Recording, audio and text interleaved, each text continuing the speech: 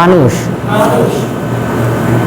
আজকে আমরা তাহলে মানুষের যে প্রধান অঙ্গ প্রত্যঙ্গ রয়েছে সেই প্রধান অঙ্গ প্রত্যঙ্গ সম্পর্কে জানব।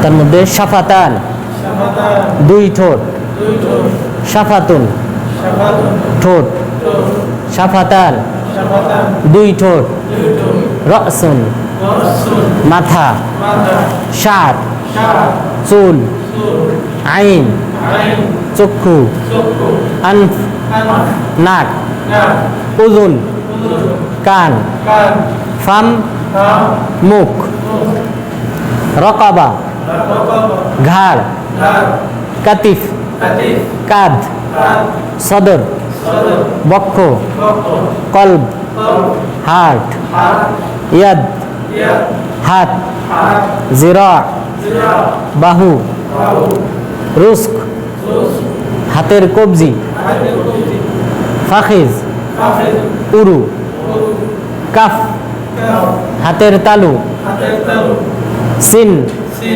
দাঁত, সাক, পায়ের গোসা, বাতন, পেট, ইসবা, আঙ্গুল, খাসর, কোমর, রিজিল, কদম, পা, জুফুর, নখ, জহর, পিঠ, ফাকর, মেরুদণ্ড, ওয়াজ, চেহারা, জুফুর, নখ, জিরস, দাঁত, জিরস, মাড়ির দাঁত, লিসান, জিহবা।